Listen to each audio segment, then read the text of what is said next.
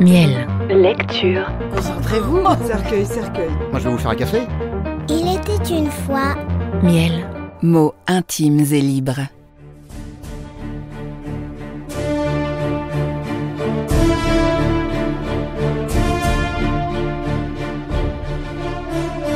Le comte de Monte Cristo. Lu par Martin Amick. Chapitre 16. Un savant italien.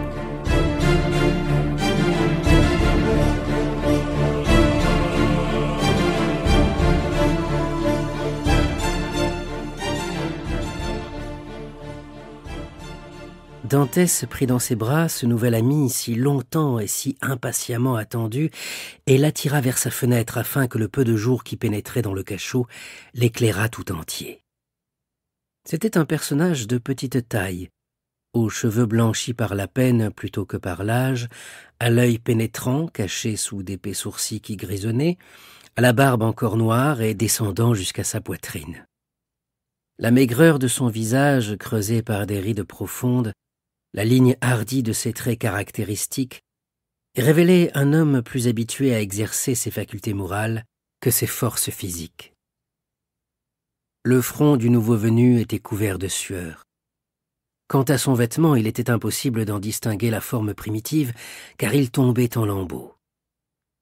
Il paraissait avoir 65 ans au moins, quoiqu'une certaine vigueur dans les mouvements annonça qu'il avait moins d'années peut-être que n'en accusait une longue captivité. Il accueillit avec une sorte de plaisir les protestations enthousiastes du jeune homme. Son âme glacée sembla pour un instant se réchauffer et se fondre au contact de cette âme ardente. Il le remercia de sa cordialité avec une certaine chaleur, quoique sa déception était grande de trouver un second cachot où il croyait rencontrer la liberté. « Voyons d'abord, dit-il, s'il y a moyen de faire disparaître aux yeux de vos geôliers les traces de mon passage. Toute notre tranquillité à venir est dans leur ignorance de ce qui s'est passé. » Alors il plongea vers l'ouverture, prit la pierre qu'il souleva facilement malgré son poids et la fit entrer dans le trou. « Cette pierre a été décelée bien négligemment, dit-il en hochant la tête. « Vous n'avez donc pas d'outils ?» « Et vous ?» demanda Dantès avec étonnement. « En avez-vous donc ?»« M'en suis fait quelques-uns. Excepté une lime, j'ai tout ce qu'il me faut. Ciseaux, pince, levier. »« Oh, je serais curieux de voir ces produits de votre patience et de votre industrie, » dit Dantès.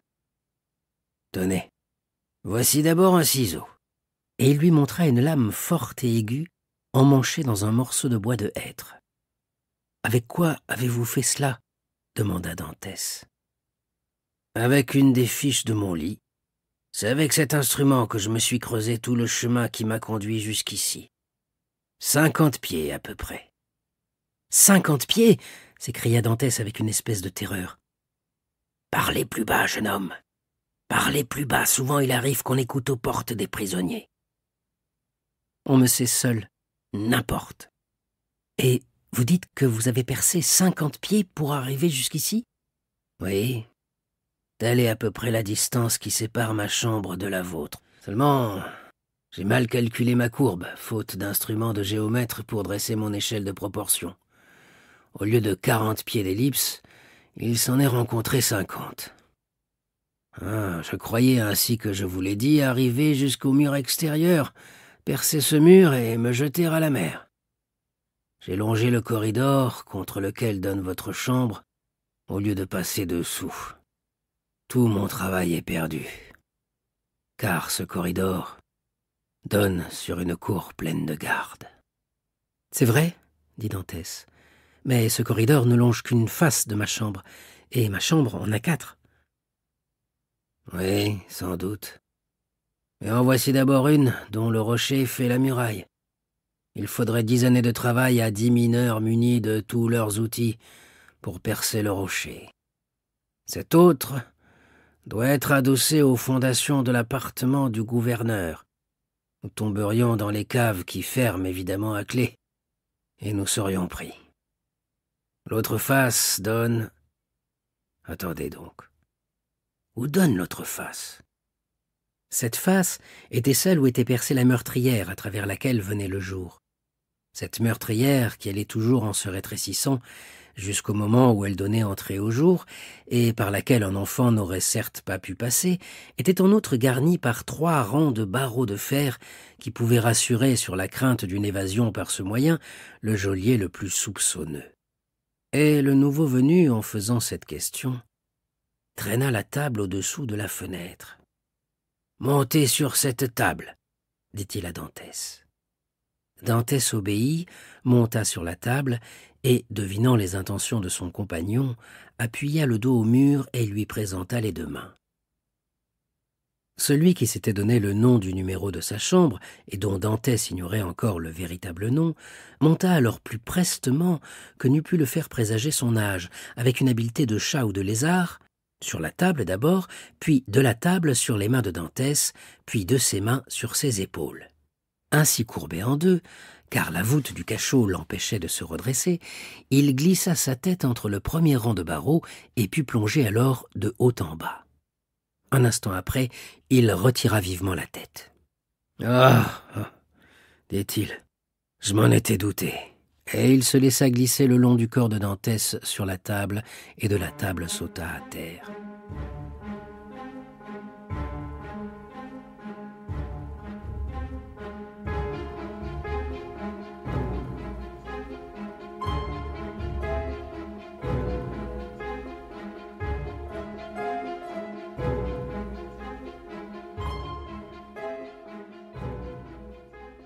« De quoi vous étiez-vous douté ?»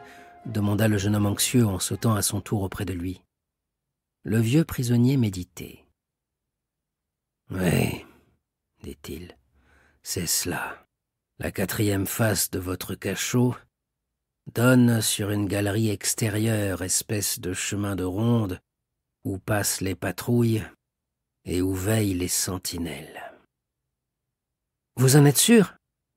J'ai vu le shako du soldat et le bout de son fusil, et je ne me suis retiré si vivement que de peur qu'il ne m'aperçût moi-même. »« Eh bien, dit Dantès, vous voyez bien qu'il est impossible de fuir par votre cachot. »« Alors ?» continua le jeune homme avec un accent interrogateur.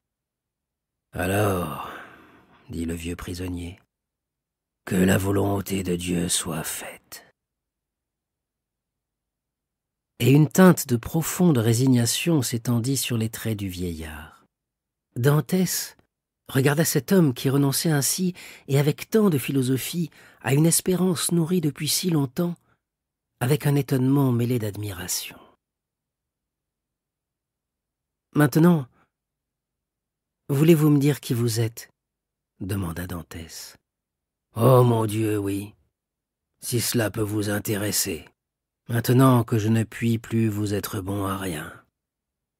Vous pouvez être bon à me consoler et à me soutenir, car vous me semblez fort parmi les forts. » L'abbé sourit tristement.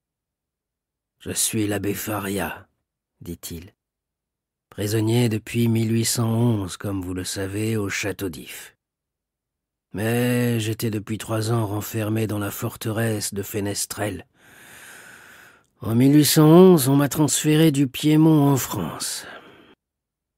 C'est alors que j'ai appris que la destinée, qui à cette époque lui semblait soumise, avait donné un fils à Napoléon, et que ce fils, au berceau, avait été nommé roi de Rome. J'étais loin de me douter alors de ce que vous m'avez dit tout à l'heure. C'est que, 4 ans plus tard, le colosse serait renversé. Qui règne donc en France? Est-ce Napoléon II? Non, c'est Louis XVIII. Louis XVIII. Le frère de Louis XVI. Les décrets du ciel sont étranges et mystérieux. Quelle a donc été l'intention de la Providence en abaissant l'homme qu'elle avait élevé et en élevant celui qu'elle avait abaissé? Dantès suivait des yeux cet homme qui oubliait un instant sa propre destinée pour se préoccuper ainsi des destinées du monde. « Ouais, continua-t-il, c'est comme en Angleterre. Après Charles Ier, Cromwell. Après Cromwell, Charles II, et peut-être après Jacques II, quelques gendres, quelques parents, quelques princes d'Orange. Un statoudeur qui se fera roi. Et alors, de nouvelles concessions au peuple, alors une constitution, alors la liberté, vous verrez cela, jeune homme, dit-il en se retournant vers Dantès, et en le regardant avec des yeux brillants et profonds, comme en devaient avoir les prophètes. Vous êtes encore d'âge à le voir, vous verrez cela. Oui, si je sors d'ici. Ah, c'est juste, dit l'abbé Faria. Nous sommes prisonniers. Il y a des moments où je l'oublie, et où, parce que mes yeux percent les murailles qui m'enferment, je me crois en liberté. Mais pourquoi êtes-vous enfermé, vous? Moi? Parce que j'ai rêvé en 1807 le projet que Napoléon a voulu réaliser en 1811, parce que, comme Machiavel, au milieu de tous ces principicules qui faisaient de l'Italie un nid de petits royaumes tyranniques et faibles, j'ai voulu un grand et seul empire, compact et fort, parce que j'ai cru trouver mon César Borgia dans un niais couronné qui a fait semblant de me comprendre pour me mieux trahir. C'était le projet d'Alexandre VI et de Clément VII. Il échouera toujours, puisqu'ils l'ont entrepris inutilement et que Napoléon n'a pu l'achever. Ah, décidément, l'Italie est maudite. Et le vieillard baissa la tête. Dantès ne comprenait pas comment un homme pouvait risquer sa vie pour de pareils intérêts. Il est vrai que s'il connaissait Napoléon pour l'avoir vu et lui avoir parlé, il ignorait complètement en revanche ce que c'était que Clément VII et Alexandre VI. « N'êtes-vous pas, dit Dantès, commençant à partager l'opinion de son geôlier, qui était l'opinion générale au château d'If, le prêtre que l'on croit malade? Que l'on croit fou, vous voulez dire, n'est-ce pas? Je n'osais, dit Dantès en souriant. Eh, oui, continua Faria avec un rire amer, oui. C'est moi qui passe pour fou. C'est moi qui divertis depuis si longtemps les hôtes de cette prison. Et qui réjouirait les petits-enfants, s'il y avait des enfants dans le séjour de la douleur sans espoir. Dantès demeura un instant immobile et muet. Ainsi, vous renoncez à fuir, lui dit-il. Je vois la fuite impossible. C'est se révolter contre Dieu que de tenter ce que Dieu ne veut pas qu'il s'accomplisse. Pourquoi vous décourager? Ce serait trop demander aussi à la Providence que de vouloir réussir du premier coup. Ne pouvez-vous pas recommencer dans un autre sens ce que vous avez fait dans celui-ci? Mais savez-vous ce que j'ai fait pour parler ainsi de recommencer? Savez-vous qu'il m'a fallu 4 ans pour faire les outils que je possède? Savez-vous que depuis 2 ans je gratte et creuse une terre dure comme le granit? Savez-vous qu'il m'a fallu déchausser des pierres qu'autrefois je n'aurais pas cru pouvoir remuer? Que des journées tout entières se sont passées dans ce labeur titanique et que parfois, le soir, j'étais heureux quand j'avais enlevé un pouce carré de ce vieux ciment devenu aussi dur que la pierre elle-même? Savez-vous que pour loger toute cette terre et toutes ces pierres que j'enterrais, il m'a fallu percer la voûte d'un escalier, dans le tambour duquel tous ces décombres ont été tour à tour ensevelis, si bien qu'aujourd'hui le tambour est plein, et que je ne saurais plus où mettre une poignée de poussière? Savez-vous enfin que je croyais toucher au but de tous mes travaux, et que je me sentais juste la force d'accomplir cette tâche, et que voilà que Dieu non seulement recule ce but, mais le transporte je ne sais où. Ah, je vous le dis, je vous le répète, je ne ferai plus rien désormais pour essayer de reconquérir ma liberté, puisque la volonté de Dieu est qu'elle soit perdue à tout jamais.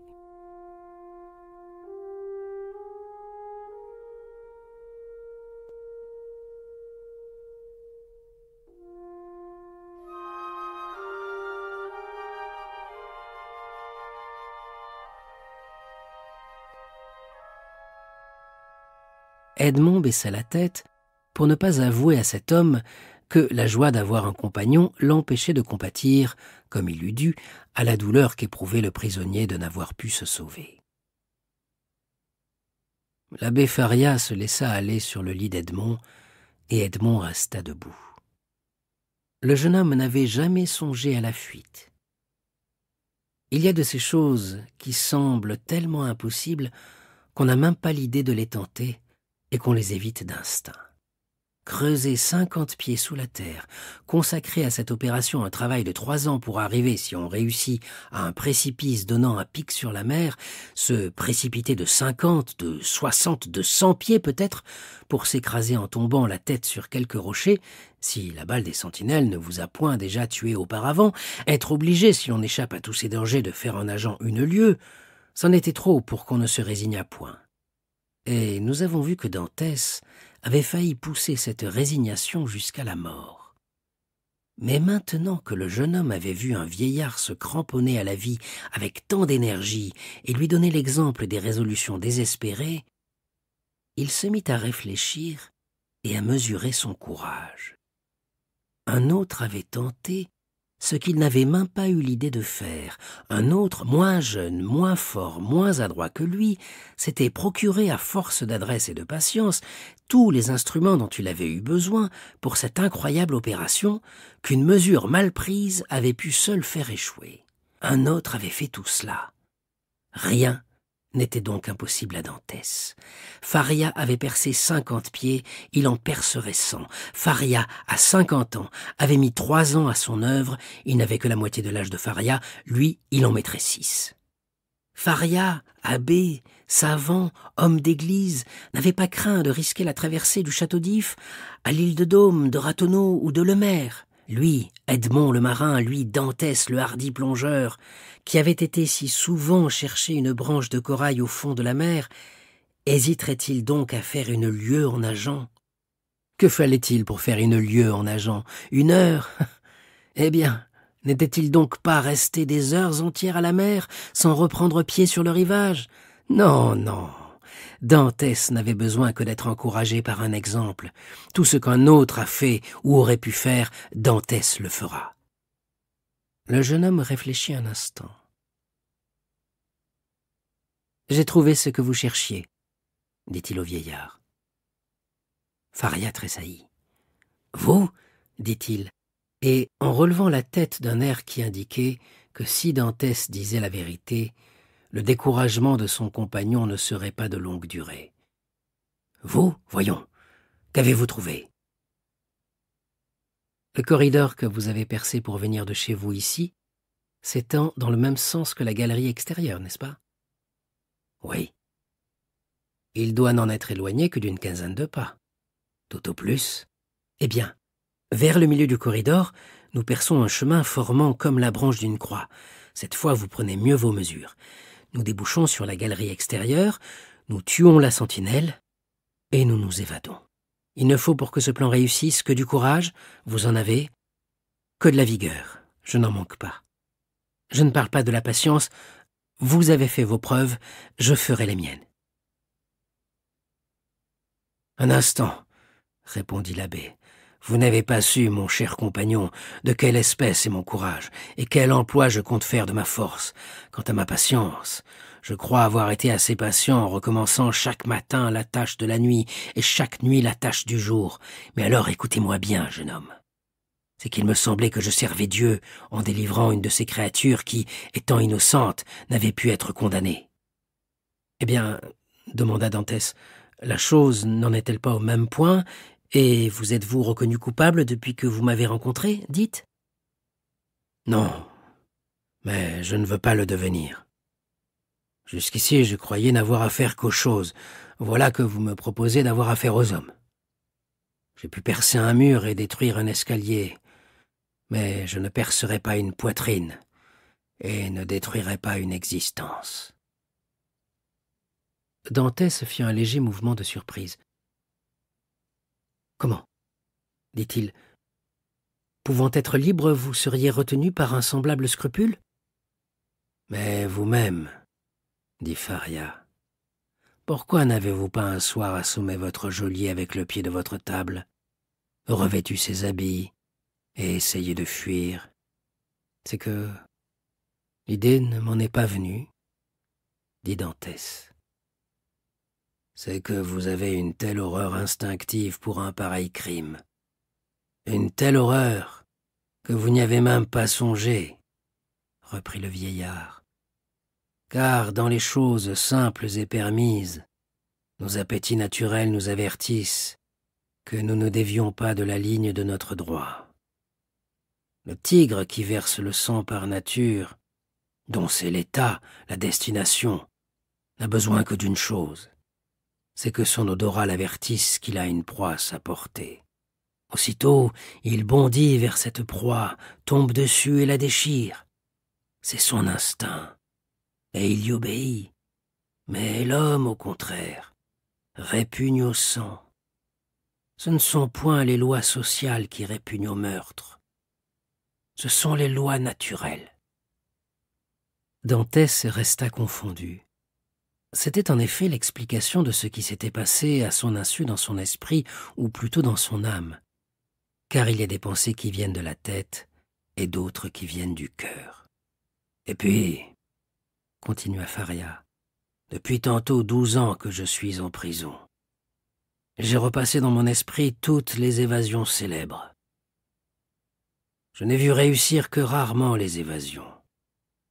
Les évasions heureuses, les évasions couronnées d'un plein succès, sont les évasions méditées avec soin et lentement préparées.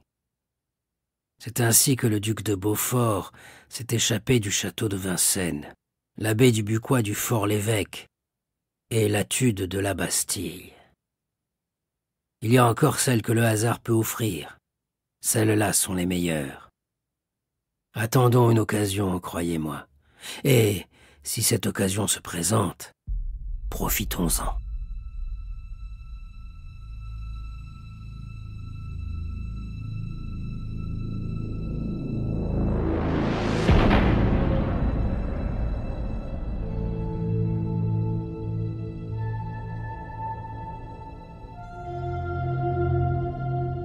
Vous avez pu attendre, vous, dit Dantès en soupirant.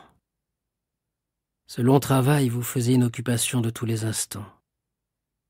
Et quand vous n'aviez pas votre travail pour vous distraire, vous aviez vos espérances pour vous consoler. Puis, dit l'abbé, je ne m'occupais point qu'à cela. Que faisiez-vous donc? J'écrivais ou j'étudiais. On vous donne donc du papier, des plumes, de l'encre? Non, dit l'abbé, mais je m'en fais. Vous vous faites du papier, des plumes et de l'encre? S'écria Dantès. Oui. Dantès regarda cet homme avec admiration. Seulement, il avait encore peine à croire ce qu'il disait. Faria s'aperçut de ce léger doute. Quand vous viendrez chez moi, lui dit-il, je vous montrerai un ouvrage entier. Résultat des pensées, des recherches et des réflexions de toute ma vie, que j'avais médité à l'ombre du Colisée à Rome, au pied de la colonne Saint-Marc à Venise, sur les bords de l'Arno à Florence, et que je ne me doutais guère qu'un jour mes geôliers me laisseraient le loisir d'exécuter entre les 4 murs du château d'If. C'est un traité sur la possibilité d'une monarchie générale en Italie. Ça fera un grand volume in quarto. Et vous l'avez écrit? Sur 2 chemises. J'ai inventé une préparation qui rend le linge lisse et uni comme le parchemin. Vous êtes donc chimiste? Un peu. J'ai connu Lavoisier, et je suis lié avec Cabanis. Mais pour un pareil ouvrage, il vous a fallu faire des recherches historiques. Vous aviez donc des livres. À Rome, j'avais à peu près 5000 volumes dans ma bibliothèque. À force de les lire et de les relire, j'ai découvert qu'avec 150 ouvrages bien choisis, on a, sinon le résumé complet des connaissances humaines, du moins tout ce qu'il est utile à un homme de savoir. J'ai consacré 3 années de ma vie à lire et à relire ces 150 volumes, de sorte que je les savais à peu près par cœur lorsque j'ai été arrêté. Dans ma prison, avec un léger effort de mémoire, je me les suis rappelés tout à fait. Ainsi, pourrais-je vous réciter Thucydide, Xénophon, Plutarque, Tite-Live, Tacite, Strada, Jornandès, Dante, Montaigne, Shakespeare, Spinoza, Machiavel et Bossuet. Je ne vous cite que les plus importants. Mais vous savez donc plusieurs langues? Je parle 5 langues vivantes. L'allemand, le français, l'italien, l'anglais et l'espagnol. À l'aide du grec ancien, je comprends le grec moderne. Seulement, je le parle mal. Mais je l'étudie en ce moment. « Vous l'étudiez » dit Dantès. « Oui, je me suis fait un vocabulaire des mots que je sais. Je les ai arrangés, combinés, tournés et retournés, de façon à ce qu'ils puissent me suffire pour exprimer ma pensée. Je sais à peu près 1000 mots, c'est tout ce qu'il me faut à la rigueur. Quoiqu'il y en ait 100 000, je crois, dans les dictionnaires. Seulement, je ne serai pas éloquent. Mais je me ferai comprendre à merveille, et cela me suffit. » De plus en plus émerveillé, Edmond commençait à trouver presque surnaturelles les facultés de cet homme étrange. Il voulut le trouver en défaut sur un point quelconque. Il continua. « Mais si l'on ne vous a pas donné de plume, dit-il, avec quoi avez-vous pu écrire ce traité si volumineux? » Je m'en suis fait d'excellentes, et que l'on préférerait aux plumes ordinaires si la matière était connue, avec les cartilages des têtes de ces énormes merlans que l'on nous sert quelquefois pendant les jours maigres. Aussi vois-je toujours arriver les mercredis, les vendredis et les samedis avec grand plaisir, car ils me donnent l'espérance d'augmenter ma provision de plumes, et mes travaux historiques sont, je l'avoue, ma plus douce occupation. En descendant dans le passé, j'oublie le présent. En marchant libre et indépendant dans l'histoire, je ne me souviens plus que je suis prisonnier. « Mais de l'encre, dit Dantès, avec quoi vous êtes-vous fait de l'encre? » « Il y avait autrefois une cheminée dans mon cachot, dit Faria. Cette cheminée a été bouchée quelque temps avant mon arrivée, sans doute, mais pendant de longues années, on y avait fait du feu. Tout l'intérieur en est donc tapissé de suie. Je fais dissoudre cette suie dans une portion de vin qu'on me donne tous les dimanches. Cela me fournit de l'encre excellente. Pour les notes particulières, et qui ont besoin d'attirer les yeux, je me pique les doigts et j'écris avec mon sang. »« Et quand pourrais-je voir tout cela ?» demanda Dantès. « Quand vous voudrez, » répondit Faria. « Oh, tout de suite ?» s'écria le jeune homme. « Suivez-moi donc, » dit l'abbé. Et il rentra dans le corridor souterrain où il disparut. Dantès le suivit.